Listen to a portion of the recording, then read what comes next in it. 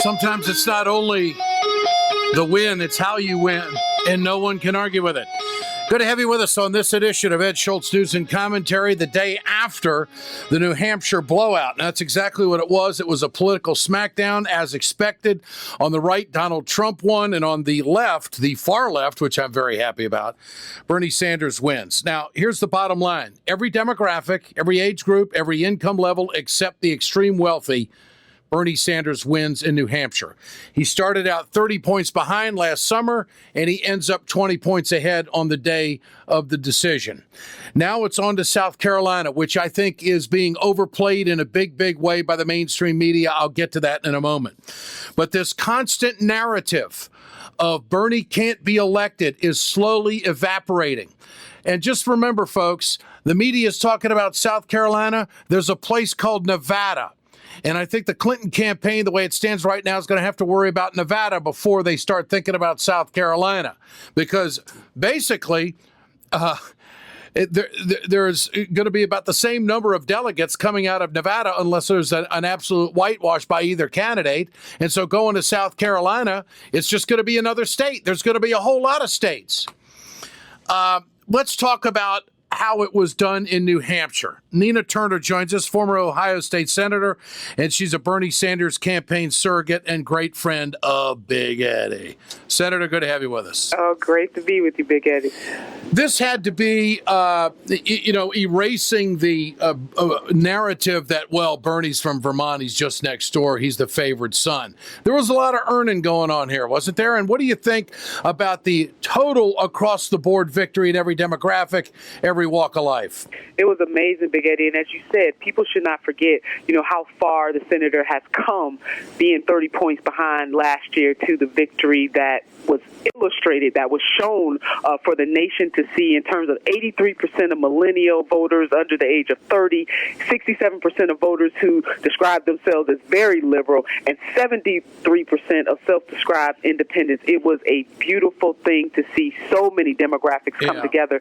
And women, even the woman's vote, he outpaced, especially among the younger women. It was, for me, it was beautiful. Well, let's talk about the women for a moment. The Clinton campaign in the last few days pulls out Madeleine Albright, pulls out Gloria Steinem. I don't know if they can get any older. Either the connection, the disconnect with young people is clearly there, and it's a problem for the Clinton campaign. Let me give you some numbers. 18 hours since the decision in New Hampshire, the Sanders campaign has raised over $5 million. Yes. That's a lot of cash to spend on ads and ground game in South Carolina and in Nevada. This is Bernie Sanders last night talking about the turnout, and that really was the key. Because of a huge voter turnout, and I say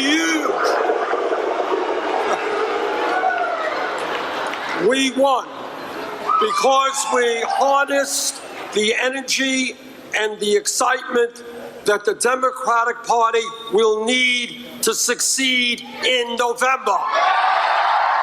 So Bernie not talking about Nevada or South Carolina or Super Tuesday, he's talking about winning in November, which I think is a ray of confidence in a big, big way. What is it going to take, Nina, to get African Americans to come to Bernie Sanders in South Carolina? He doesn't have 2 months, he has 2 weeks.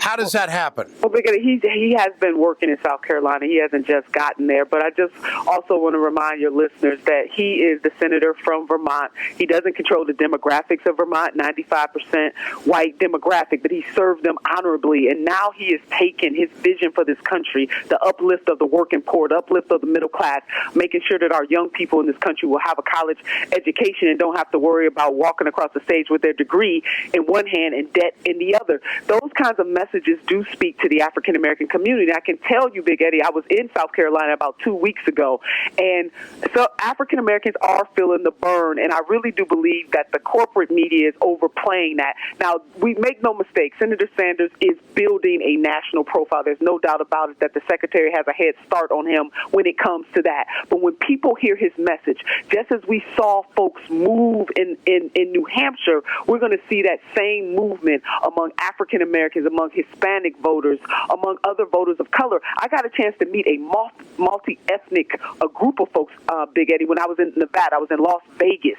And these were folks from all walks of life, the rainbow mosaic of humanity, getting together, talking about how they can talk to their neighbors, their friends, their relatives about the Senator Bernie Sanders message of uplift for all people. We're going to see a movement, Big Eddie. It's happening. It's happening already. Well, in Nevada, the last information I got is that the IBEW union, local union that has 4,000 members in Las Vegas, is not only endorsing Bernie Sanders, but they've committed to a big ground game. Joan Cato runs the ground game in Nevada. It's been there for months. And this isn't going to be a walk in the park for anybody going up against this campaign. So there's a lot of things that can unfold. A little history about South Carolina. The Democrats haven't won South Carolina since 1976. There's 9 electoral votes. The African-American community hasn't been exposed to an independent senator, Democratic senator from Vermont. And it's going to take time to turn that. But your work, Senator Turner, along with Ben Jealous and some other notables in the African-American community telling the story is, I think, going to be very, very important. And last night's victory was so resounding for Bernie Sanders. I saw and listened to a turn of Hillary Clinton when it came to one of Sanders' big themes, and that is Wall Street. Listen to this. Here's what I promise. Here's what I promise. I will work harder than anyone to actually make the changes that make your lives better. Okay, so she's committing to changes. But when it comes to Wall Street, this was the eye-opener for me. We also agree that Wall Street can never be allowed to once again threaten Main Street. And I will fight to rein in Wall Street. And you know what? I know how to do it. Interesting. Senator Turner, your response to that? Well, you know, the senator has moved the secretary to that spot. But let's think about what Senator Sanders has been saying all along. He said that the system is corrupt, that the system is rigged against everyday women and men in this country, from Citizens United to McClellan to all the money in the world.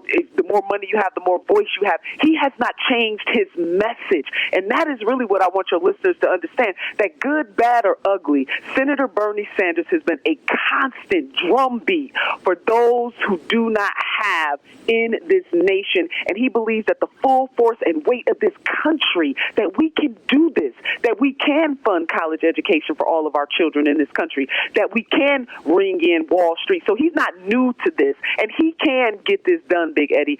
So for me, he's not just running to move the secretary to the left. He is running for the heart, soul, and mind of the people in this country. He is running to be at 1600 Pennsylvania Avenue, to be the next president of the United States of America. So I encourage your listeners to know the tree by the fruit that it bears. And Senator Bernie Sanders has been bearing this kind of fruit all of his elected ministry life. He is not new to this. This has been his constant message from the beginning.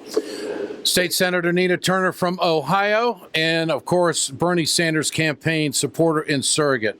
Nina, great to have you with us. Keep up the fight. Thank you, Big Eddie. You bet. When we come back, commentary on the right, what's unfolding over there. Communication Workers of America, Alliance for American Manufacturing, BioGreen Clean, and the iSave team bring you this Ed Schultz news and commentary. We're right back. Hey, folks, you've heard me talk about BioGreen Clean. I'm going to show you right now on my airplane just how tough this is. I want you to keep in mind, chemical-free, 100% plant-derived, biodegradable. It is the safest cleaner that you can get, and it's the most effective. Go to our website, wegoted.com, or go to biogreenclean.com. www.biogreenclean and order today. It's time to continue our conversation about mechanical insulation. Mechanical insulation is for the piping systems in our nation's commercial and industrial facilities. Facility owners are burning up billions of dollars through the lack of mechanical insulation on these piping systems. Call the iSave team. Insulation saves America valuable energy, and this team of energy conservation specialists is shovel-ready to save you money. Visit iSaveTeam.org to have a specialist give your plant an energy audit. We perpetuate a culture of crime all the way from Wall Street right down to the main street in our hometowns. It's worse than it has been since FDR took control of the problem and said we can't count on industry taking care of the American labor. They probably have already engaged into some type of criminal cover-up, and the law prohibits the government from even doing anything about it. Catch America's lawyer Mike Papantonio on YouTube at youtube.com/GoLeftTV. Oh, shucks. Chris Christie is getting out of the race. Now, at the time I'm producing this, all signs are pointing that Christie's getting out. Okay, let's give him a pizza and send him home. He's about as popular on the national scene as he is in his own state of New Jersey. The guy's ego is far bigger than his waistline. The guy's ego is bigger than Asia. And he thought he was going to come in and be the big change in 2010, firing all these teachers, saying no to the federal money. He couldn't do what he did with Sandy without the federal money. And because he was the head of the Governors Association and they got lucky on an off-year election, he thought he was going to be the charm. His arrogance, his mean-spiritedness, his inability to communicate with all Americans drove him right where he belongs, right in the toilet. And so Chris Christie, the tough Jersey guy. You know what? Americans don't want a tough Jersey guy. Americans want somebody that gives a damn. And the only person that Chris Christie's ever cared about is himself. And the fact is if he wasn't from New Jersey and a quick hop, step, and a jump across the Hudson River to get in the front of all of the cable shows in Manhattan, you wouldn't even know who the hell he is because he's such a rotten governor. He can't run the finances. He's always whined about what he inherited from John Corzine. Hey, buddy, you ran for the job. Look where your state is right now.